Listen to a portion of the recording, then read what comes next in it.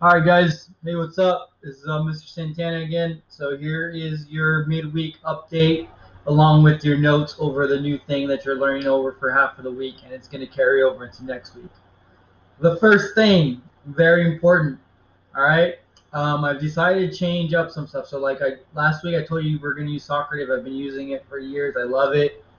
But with you guys being online, changing it up a little bit, all right? The majority of our work we're going to do, I'm going to try to put all of it in Schoology. So the reason I'm here, the very first thing I want to make sure that you guys know, and it's like super important because this is where I'm getting your grades. If you ever see this little symbol, this isn't a quiz. These are going to be what you're graded on. If you see those that's like the must-do activities, all right? However, just don't see them and be like, oh, I'm gonna take the quiz and then take it, but you haven't actually done any of the lessons. You're gonna get a lot of stuff wrong, all right? So make sure you go through and do some of the lessons. If you think you got it, attempt these quizzes, all right? So, for example, on Monday you just had notes, which was me talking. You watched a video, and that was it. Today, you have a Nearpod lab, go through that, and then you have your cell theory quiz. It's right here, right here. So you can go through the week, or you can see it over here on your announcements, and then take them in that order that they come out through the week. All right, guys? And like I said before, this is where your grades are coming from, so make sure you do those. And the other thing, guys, is make sure that you guys are logging in every day so that you get credit that you are present. So last time what we talked about was cell theory. What we're going to be talking now is cell organelles. Basically all the little parts inside the cell. Alright? This is just review. 3 parts of cell theory. 1. All living things are made up of cells. 2. Cells come from other cells. Sometimes it said cells come from pre-existing cells. Same thing. You guys remember the guy that came up with that? Rudolf Virchow. And then the last one is cells are the basic unit of life or smallest component of life. And we don't attribute that to anyone specifically. All right. Oh, another update. So last time I was trying to really hard to make the video perfect, and I found out no es posible. And so I'm just gonna go ahead, and if there's mistakes, we'll run through them live, and then we'll just upload with all the mistakes and everything, guys. All right. The parts of a cell are called organelles or little organs. All right. For I forgot to mention this, but this is where you guys should be taking notes. All right. So if you have a hard copy, take it there. If you're taking it virtual, take it there. But these are going to be your notes for one of your notes for the week. There are 2 types of cells, plants and animals. There are 2 types of living things. We're going to go over the animal cell first and then the plant cell. The plant cell has more parts than the animal cell, and we'll get into that here in a second. All right, so your first definition is going to be cell membrane. So draw a big circle. This is our cell. The cell membrane allows some materials to enter and leave the cell. All right.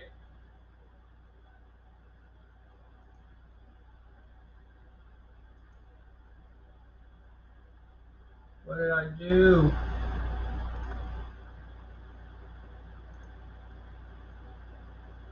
All right. If you need to, go ahead and pause it, and we'll go over there. So cell membrane is the very outside of the cell. It lets stuff in and out of the cell. The next one is all the inside of the cell. It's like kind of like the guts of the cell. It's all the stuff inside of it where everything hangs out. They say it's like jelly type of stuff. The reason it's like that is so that the other parts don't crash into each other. So your next definition is cytoplasm. Cytoplasm. It's the stuff inside the cell. Jelly-like stuff inside the cell. Again, if you need a moment to copy it down, go ahead and pause it and then copy it down. The next one is the nucleus.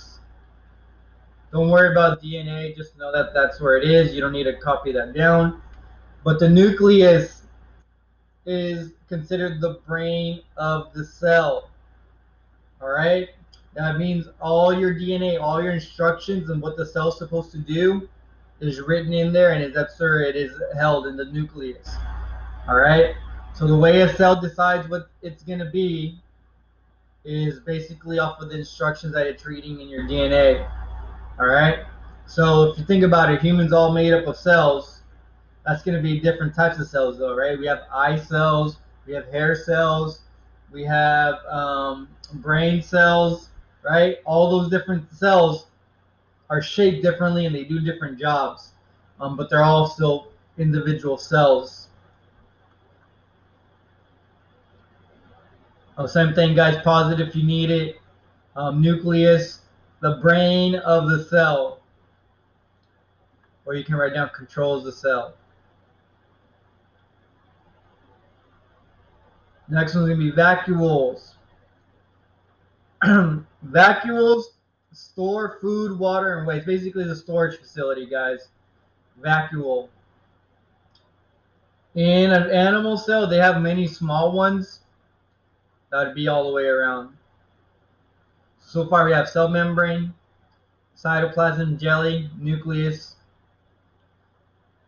the center with the DNA, the vacuoles is a storage facility.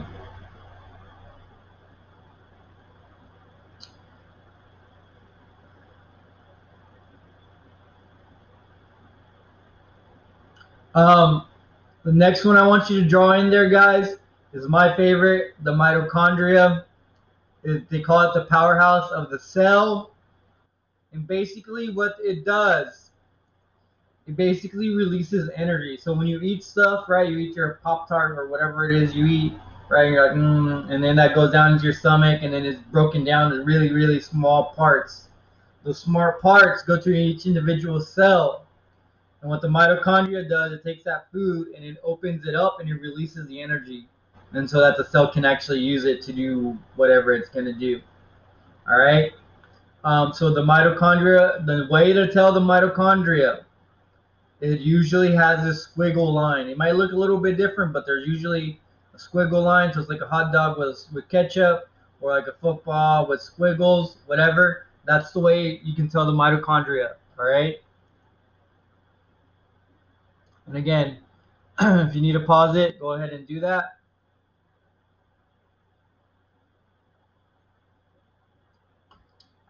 All right, let's go. Okay, yeah, so we're only learning 5 on the animal cell. There's a couple other ones, but the ones we learned are these 5. And now let's go ahead and look at the plant cell. I'll go slowly if you want to read this, but plant cells have a cell wall, and we'll talk about that. All right. Draw a big rectangle, and let's go ahead and start labeling it. So, the first layer for a plant cell is called the cell wall. It's the very outside layer of the cell. The inside layer is the cell membrane. The 2 functions of the cell wall is for support and protection. But I'm going to tell you this. The most important one is support. Okay, so if they tell you to choose between this and that on a test or something, choose support. All right. And the reason plants have a cell wall is because plants don't have something other animals have. In humans, what gives us support and protection? That's right. No, I'm just, I don't know if you said anything, but it's bones, right? So humans have bones. Our cells, that's what helps protect and support our body. But plants don't have bones, and so what they did instead, how plants evolved, and what they did instead is they may put this extra layer of uh, of support on their cells, and basically it allows them to they become like blocks, and they can just stack up really high. This is why you can get really really tall trees without bones, is because these things are super hard. All right, outside cell wall, inside cell membrane. All right, inside is cell membrane. All right, guys. So no definition for cell membrane because it's on the last one. We're gonna keep going that way. Nucleus, same thing. Powerhouse. I mean, the brain of the cell tells it what to do. Cytoplasm is all that jelly stuff inside of it, where the nucleus was kind of hanging out in. The vacuole, same thing. It's a storage facility. One thing though about the vacuole in a plant cell is really, really big. All right, this is where it stores a lot of the water. If you've ever seen like a flower, you know, when your dad gets in trouble and then he has to bring your mom flowers, and then like those flowers sit on your table, and then the table goes. I mean, the flower after like 2 or 3 days starts to like do this, right? That right there is called wilting. And the reason it's doing this is because each individual cell has less water. Now that they've cut it, no water is getting up there. And so when it has less water, it basically makes them kind of the cells kind of flat. And so because they're stacked on each other, it starts to pull over, and that's called wilting. All right, guys, wilting. Know that word. It comes up a lot on your tests and stuff. So go ahead and remember that the word wilting is when plants look all sad and like you need to water them. All right. And the vacuole is really big in a plant. This little squiggle is the mitochondria. Again, notice the squiggles. And you notice in the animal cell we had a lot more of these. In the plant cell we only have one. Why do you think animals need more mitochondria? No, that's not right. I'm just kidding. I don't know what you said. But the reason that plants need less mitochondria is because plants don't really move that much. They move a little bit, but not that much. But animals are moving around constantly, right? And so we need more energy, and therefore our cells have more mitochondria. All right, next one. This is only found in the plant. It's these green little thing guys, and they are the chloroplasts.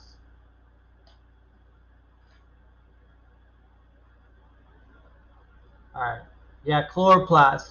Go ahead and do that in your drawing, and then we'll add the definition here in a second. Go ahead and pause the video if you need to. Make sure you get everything. Can't really see nucleus or cytoplasm, but make sure you get everything. And then our definition of chloroplast, basically, it creates energy from light. All right, chloroplast creates energy.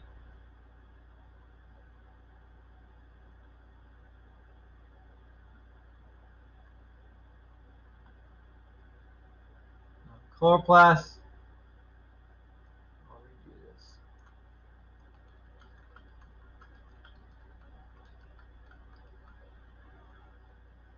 this. And what's like the super fancy word that we know in science when you create energy from light, specifically food? Yeah, photosynthesis. All right. That one's gonna come in later next week, guys. But that's basically what the chloroplast does. These green guys, it creates photosynthesis. This is why animals don't have it. All right. The reason that they're green, and they're always gonna be green, is because that's the color that absorbs a lot of light as opposed to other colors. The other thing you'll see a lot of times is there'll be they'll look like footballs, but inside of them you'll have these quarters. They're called silicoids, and they're basically you look like stacked up quarters.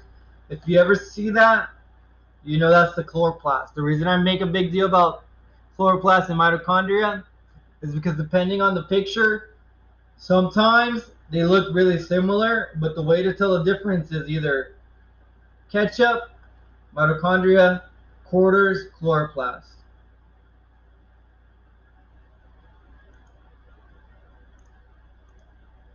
Yeah, guys, and that's it. So, to recap, you have 7 cell parts you need to know. The plant only has 5. I mean, the animal only has 5. Let me get the picture over here. Cell membrane, the outside, cytoplasms, the liquid inside, nucleus tells the cell what to do. Mitochondria are the hot dogs that give energy. The vacuole stores waste, water, food, all of it. The plant cell has 7. All right, it has the same 5 as the animal, but it has 2 extra. 2 extra, and the 2 extra are the cell wall, the very outside layer helps support it, and the chloroplast, which does photosynthesis. Everything else is the same, guys. All right. Now that you've gone through this, you can go ahead and work through the week, and also make sure you do your quizzes, guys. All right. I'll check you later.